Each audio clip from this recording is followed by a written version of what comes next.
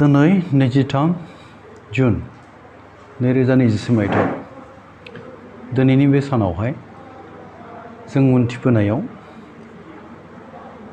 Doctor Shyama Prasad Mukherjee बिथांनि जिउ बावनाय सान बलिदान सान हिसाबै दिनै भारतीय जनता पार्टीआ बेखौ हादोरनाङैनो फालिदों। आसामावबो फालिदों आरो आसाम रायजो बिजेपिनि बिथोन बायदियै जोंबो दिनैहाय बर' कसारी गावहायुंआरि खुंथाइ बावहाय जोंनि गाहाय मावखुलियाव बिथांनि मुङैहाय जोङो बिथांनि सावगारियाव माला गानहोनानै आलारि बाथि सावनानै जोङो बिबार बावनाय हाबाफारि बेखौ फोजोबबाय। गुबैयैहाय जोंनि मोनथिनो गोनां बाथ्राफ्रा गोबां दङ। जोङो डक्टर श्यामा प्रसाद मुखार्जीनि भारत राष्ट्र दानायाव भारत हादरखौ दानायाव बिथांनि बिहोमानि सोमोन्दै जों गोबाङानो मिथिया, जोंबो रोखा नंजोबा, अब्लाबो जोङो लासै लासै मोनथिनो नाजाबाय थाबोदों। दिनै जोङो दायनिसो बाथ्राफोरखौ जों एसे रोखा जाबाय। गमामायै मोनसे समावहाय ब्रिटिशनि सासन दङमोन। बे सासननि समावहाय बिथाङाबो भारत राष्ट्र बा भारत हादरनि जे मोनसे जोंनि उदांस्रि नागिरनायनि सोमावसारनाय बेफ्राव बाहागो लाबोनायनि बाथ्राफ्रा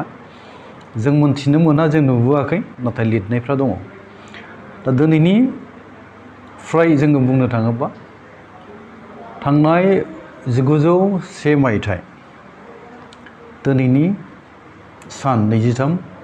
जुन बे सानखालि बिथाङा जिउ बावनो गोनां जादोंमोन। गुबैयै मानो जिउ बावनो गोनां जादोंमोन बेखौ बिजिरनो थाङोबा बै समनि प्राइम मिनिस्टार जवाहरलाल नेहरू बिथांनि मन्त्रि आफादनिबो डक्टर श्यामा प्रसाद मुखार्जीआ सासे इन्डास्ट्रि आरो साप्लाइ मन्त्रिमोन। नाथाय दुखुनांथाव बाथ्रा, बै समावहाय पाकिस्तान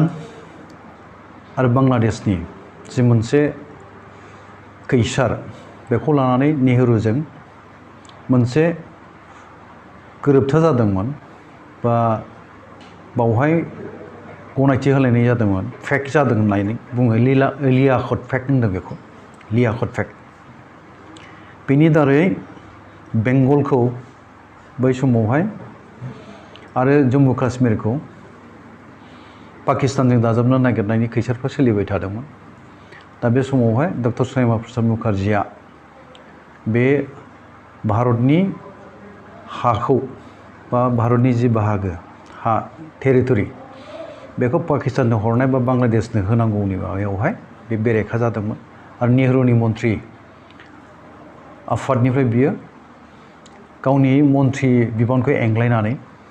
बा नागारनानै बियो ओंखारबोदोंमोन आरो बियो बिनि बेरेखायै जुजिदोंमोन। बुंनो थाङोबा भारतीय जनसंघ होननाय मोनसे आफाद, बेनिबो बियो मावथिमोन। बेवहायबो बियो मैखोम बाहागो लानानै खामानि मावबोदोंमोन। उननि बाहागोआव बियो 1952 मायथाइयाव भारतीय जनता पार्टीखौ दानायनि सासे फाउन्डार सुबुंमोन, गायसनगिरि सुबुंमोन बिथाङा। दा ओंखायनो भारतीय जनता पार्टीयाव सानै सुबुंनि सावगारियाव जायखिजाया हाबाफारियानो जाथों मानो भारतीय जनता पार्टीया बे सानै सुबुंनि मुङैहाय आलारि बाथि सावो हाबाफारि जाजेननायनि आगोल, आरो बिनि उनावहाय बिबार माला गानहोनाय जायो। ओमफ्रायसो गोथार हाबाफारिफोर जि हाबाफारिखौ लानाय जादों बेखौ मावफुंनाय जायो। ओरैनो दिनैनि बे हाबाफारिनि गोनांथिया बेनो जे जोंबो मोनथियामोन जे डक्टर श्यामा प्रसाद मुखार्जी आरो पन्डित दीनदयाल उपाध्यायमोननि जे कन्ट्रिबिउसन टुवार्ड्स दि इन्डियान नेशन बिल्डिं बेनि फारसे जोंबो एसेबां रोखा नङामोन। आंबो बारा गोबाव जायाखै बिसबियाव दोलोआव बाहागो लानाय बा बिबान लानाया, आसाम स्टेटनि लेङाइ आफादगिरि बिबान लानाया। बेनिफ्राय एसे साननो गोनां जाबाय, मावनो गोनां जाबाय, एसे मोनथिबोबाय। दा बेनो जोंनि बुंनो गोनां बाथ्राया बा जोङो मोनथिनो गोनां बाथ्राया, जाय गेदेमा सुबुंफ्रा भारत हादरखौ दानायाव बिहोमा होलांदों बे सुबुंफोरखौ जोङो मान होनांगौआथ' जोंनि मोनसे बिबान जायो। नाथायबा जोङो मोनथियैलाय जोङो बेफोर हाबाफारि गोथार हाबाफारियाव बाहागो लाबोनो जों लाबोनायबो जायाखैमोन। दिनैसो गिबि खेब होनबाबो बांद्राय बुंनाय जानाय नङा। ओरैनो सरकारि हाबाफारि हिसाबै आलादायै जोंनि बर' हिसाबै बर' कसारि अनसाय गावहाय खुंथायनि जानानै दिनै गिबि जोङो बे हाबाफारियाव बाहागो लानाय जाबाय आरो ओरैनो आं माखासे हाबाफारियाव बाहागो लाबोबाय बे आलादा बाथ्रा पार्टिनि बा भारतीय जनता पार्टी आसाम प्रदेशनि जानानैहाय बे आलादा बाथ्रा दा बाथ्राया बेसो जे जोङो बेखौनो जोङो मेसेज होनांगोन जोंनि रायजो राजाफोरनो सोरबा आजावो आलादा बाथ्रा नाथाय जायफ्रा गावखौनो जिउ बावनायनि गेजेरजोंबो गावबा गाव जिउ बेसेन गोसा जिउखौ बावनायनि गेजेरजोंबो बा बावलांनानै भारत राष्ट्रखौ रैखा खालामनो थाखाय बा रैखाथि होनायनि थाखाय खामानि मावलांदों बिसोर जोंनि थाखाय गोसोखांजाथाव साफा साफा गेदेमा सुबुं आंनि मोनथिनायाव मोनसे समावहाय जम्मु काश्मीरखौ जेब्ला नेहरूजिया पाकिस्तानजों दाजाबनायनि सायावहाय बियो मददथि होनो नागिरबायमोन बेखौनोथ' बिथा खालामनानै बिथाङा जवाहरलाल नेहरूनि मिनिस्ट्रिनिफ्राय रिजाइनेसन होनानै बे ओंखारबोनो गोनां जादों बा ओंखारबोदोंमोन आरो बियो बेनि बेरेखायै जुजिदोंमोन दा बावहाय जेब्ला बियो नेहरूनि बेरेखायै बिग्रायखाङो जम्मु काश्मीराव बेखौ एरेस्ट खालामनाय जायो आरो कास्टडियाव बेखौ जोबनानै दोननाय जायो बे कास्टडियाव जोबनानै दोननायावनो ओरैनो जोंनि आगुनि गाहाय मन्त्रि अटल बिहारी वाजपेयी बुंनाय बायदि बे बुंदों मोनसे जथुम्मायाव बुंदों नेहरूआसो डक्टर श्यामा प्रसाद मुखार्जीखौ कास्टडियाव बुथारहोदों होननानै बुंनाय बाथ्रा बेसेबां सैथो दङ खिन्थु बुंलांदों दा जायखिजाया बुथारजादों बियो बुथारजादों ओंखायनो बलिदान दिबस हिसाबै दिनैनि सानखौ फालिनाय जादों आरोखि बुथारदों बुथारा माने अटल बिहारी वाजपेयीआबो नंखायखौथ' बुंनाय नङा आरो बै समनि सासे बेबो गेदेमा सुबुं भारतनि उदांस्रिनि सोमावसारनायाव बाहागो लाबोनाय बिसोरबो साफा साफा सुबुं दा बेखौ नायोब्ला बेयो जे नंखाय बेखौबो जोङो बुंनो हानाय नङा सैथोआनो दं होननानै सानगोन आरोखि दा जायखि जाया डक्टर श्यामा प्रसाद मुखार्जीनि सोमोन्दै जोङो एसे मोनथिनो दिनैहाय हाबाय मोनथिबावसिगोन आरो दिनैहाय बिथांनि सोमोन्दै रोखायै मोनथिनांगौबा आथिखालावथ' टेक्न'लजिनि जुग जाबाय ओंखायनो जोङो गुगोलफ्राव सार्च खालामोबानो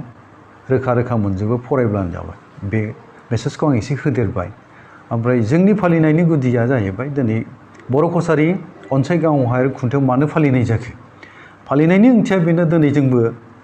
बिजेपि दोलोआ जोंनो बर' कसारि अनसाय गावहाय खुंथायखौ दानानै होदों आरो जोङो नैबे समावहाय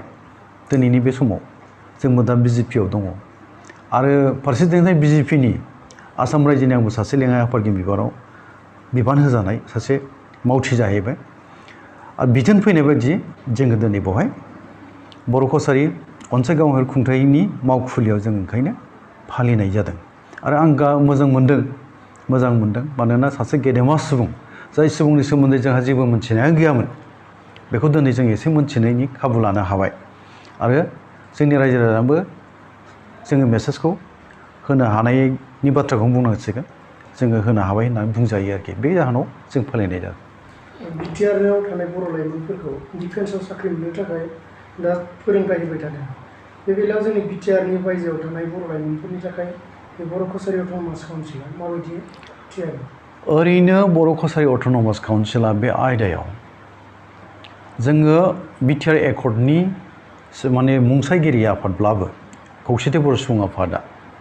बिटिसिनि बाहेरायाव जि मोनसे बर' कसारि गावहाय खुंथायखौ जों दिनै मोनफैबाय बे सैथो बाथ्रा नाथायबा माखासे खामानिफ्रा बर' लाइमोनफोरखौ जि मोनसे रिक्रुटमेन्ट होनो नागिरदों साख्रि बाख्रिनि थाखाय बावहाय जोंजों सरकारजों रायलायनायाव जों जेराव गैया जोंखौ लाफानाय जायाखै ओंखायनो नैबे बिथिङाव जायखिजाया गासै बर' लाइमोननि थाखायनो बे मोनसे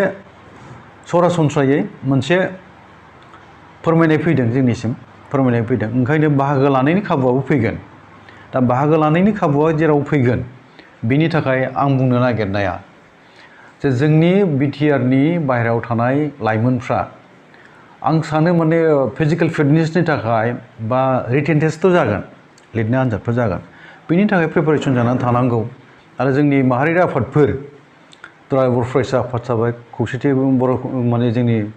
खौसेथि बर' सुबुं आफाद थाबाय आरो बिदिनो बर'नि माहारि गोबां आफादफोर दङ बे आफादफ्रा गावबागाव लेभेलाव गावबागाव थाखोआवनो गावबागावनि बिथायावहाय थानानै रायजो राजानो बेफोर मेसेजखौ होनांगौ जोंनि लाइमोनफोरनो मेसेजखौ होनांगौ जाहाथे बयबो साखाफारा जानानै थायो आरो गोनां समाव बाहागो लानाय जोङो जाहाथे उथ्रिसार जानानै खाबुखौ मोननो हायो बेखौ लानांगौ आरोखि